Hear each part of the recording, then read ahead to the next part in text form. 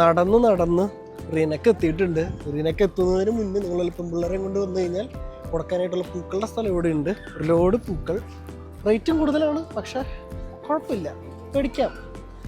ഇനി റീനക്കിനെ കുറിച്ച് പറയുകയാണെങ്കിൽ ഇതാണ് ഹരിതഭൂയിഷ്ഠമായ റീനക്ക്. ഈ കാണുന്ന കുറേ ഒരേപോലത്തെ ബിൽഡിങ്ങുകളുള്ള ഈ സ്ഥലം.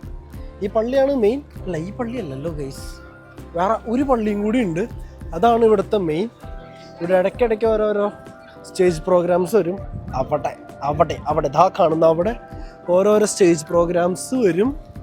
വൈകുന്നേരം ഇരുട്ടായി കഴിഞ്ഞു 10 മണിക്ക് ശേഷം. ഇപ്പം എന്തായാലും വരാനുള്ള ഒരു സാധ്യതയും ഞാൻ കാണുന്നില്ല. ഇതാണ് ഇവിടുത്തെ റീനക്ക്. ഇവിടെ നിറച്ച ആൾക്കാരായിരിക്കും എപ്പോഴും. ഇന്നിപ്പോൾ വെള്ളിയാഴ്ച ആയതുകൊണ്ട് തിരക്കുണ്ട്. ശനിയാഴ്ചയും തിരക്കുണ്ടാവും. ഞായറാഴ്ച വലിയ തിരക്കുണ്ടാവില്ല. പിന്നെ തിരക്ക് അടുത്ത വീക്കെൻഡ് ആകുമ്പോഴേക്കും വരുള്ളൂ. അപ്പോൾ ഈ കാണുന്ന റീനക്ക് ഇതിൻ്റെ മെയിൻ വരുന്നത് അപ്പുറത്തെ സൈഡിൽ, ഈ പള്ളിയുടെ അപ്പുറത്തെ സൈഡ്.